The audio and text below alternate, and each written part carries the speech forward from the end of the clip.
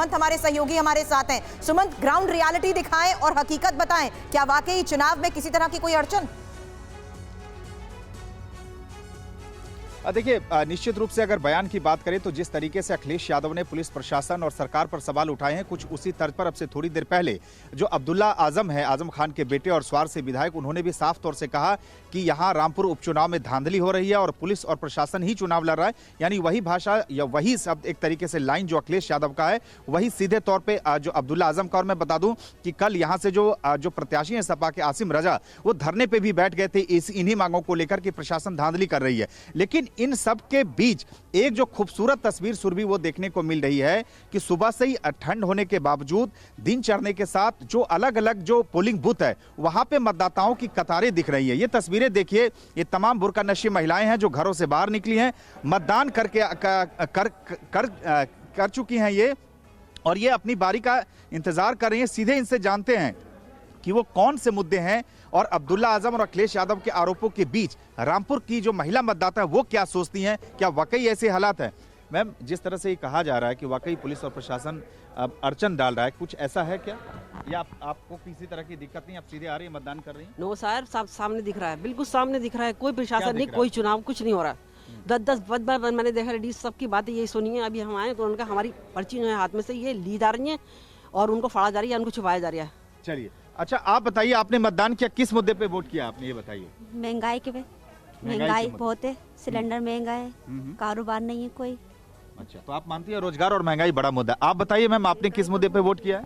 ये महंगाई है, रोजगार नहीं है। अगली बार तो चुनाव के लिए रिक्शा भी डाल दी थी, अब तो रिक्शा भी नहीं है, पैदल आना पड़ गया है। अच्छा, आप मानती हैं कि जो पिछली बार व्यवस्था थी, हालांकि एक साल में ये तीसरी बार चुनाव हो रहा है रामपुर में, बार बार चुनाव होने से भी दिक्कत हो रही है क्या?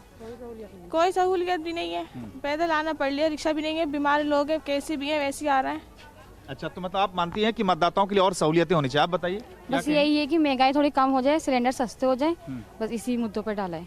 अच्छा, महंगाई के मुद्दे पे आपने वोट डाला। आपने किस मुद्दे पे वोट डाला? हाँ, यही बस है कि सुबह से इतनी पब्लिक डालती, डर के हमारे कोई घर से नहीं निकल पा रही है। तो कैसा डर है ये, किस डर की वजह से घर सुन रहे हैं कि पुलिस रोक रही है, परेशान कर रही है। इसमें भाई लेकर, ये बताइए, आप जब घर से निकली, जब पता चला कि हमें भाई लेकर आए, हमें संग में चलो मेरे साथ चलो, जब आए तो किसी ने रोका नहीं रोका हमें। अच्छा, सही डाल दिया। लोगों के साथ ये दिक्कत हो रही है, ये आप कह रही हैं? जी, हम सुन रहे हैं सुबह से कि दंगा फसाद हो रहा है, कुछ हो रहा है, ऐसा सुन रहे हैं। ऐसा तो हम भी घूम रहे, कहीं इस तरह के हालात तो दिखे नहीं। ऐसा आप आई तो आपको किसी तरह की दिक्कत हुई, किसी ने आपको रोका? नहीं, कुछ नहीं, कोई दिक्कत नहीं। निकली और आपने वोटिंग किया है? जी, परेशानियाँ, कारोबार बिल्कुल नहीं है। बीड़ी पतंग है, उसमें होगा क्या? अगर कोई बिजली की चोरी कर लिया तो उसमें पकड़ लेना। इतनी सख्ती कर रहे हैं कि इंसान खाना पीना रोक के बिजली के पैसे जमा कर रहे हैं। चलिए, तो सुरभि ये रामपुर के मतदाता हैं और इनका साफ तौर से कहना है तमाम मुद्दे हैं, चाहे वो महंगाई की बात हो, जो महंगे सिलेंडर है उनकी बात हो, और जो आरोप की बात हो रही, चाहे जो अखिलेश यादव कह रहे हैं या जो अभी अब्दुल्ला आजम का बयान आया है, नजर बनाए रखें। हालांकि जिस तरीके से रामपुर की बात हो रही है, तो दिनेश जी हम देखें तो रामपुर में ये मुस्लिम वोटर जो कि 80,000 है, काफी निर्णायक भूमिका निभाते हैं, और अगर ये बढ़ चढ़कर पोलिंग में हिस्सा ले रहे हैं, वोट करने के लिए आ रहे हैं, तो हमें इंतजार करना होगा काउंटिंग डे का कि आखिर किस तरीके का लोगों का रुख नजर आता है। बहरहाल सुमंत ने जिन लोगों से बात की है, उन्होंने ये साफ बता दिया कि मुद्दों के आधार पर वो अपना निर्णय ले रहे हैं।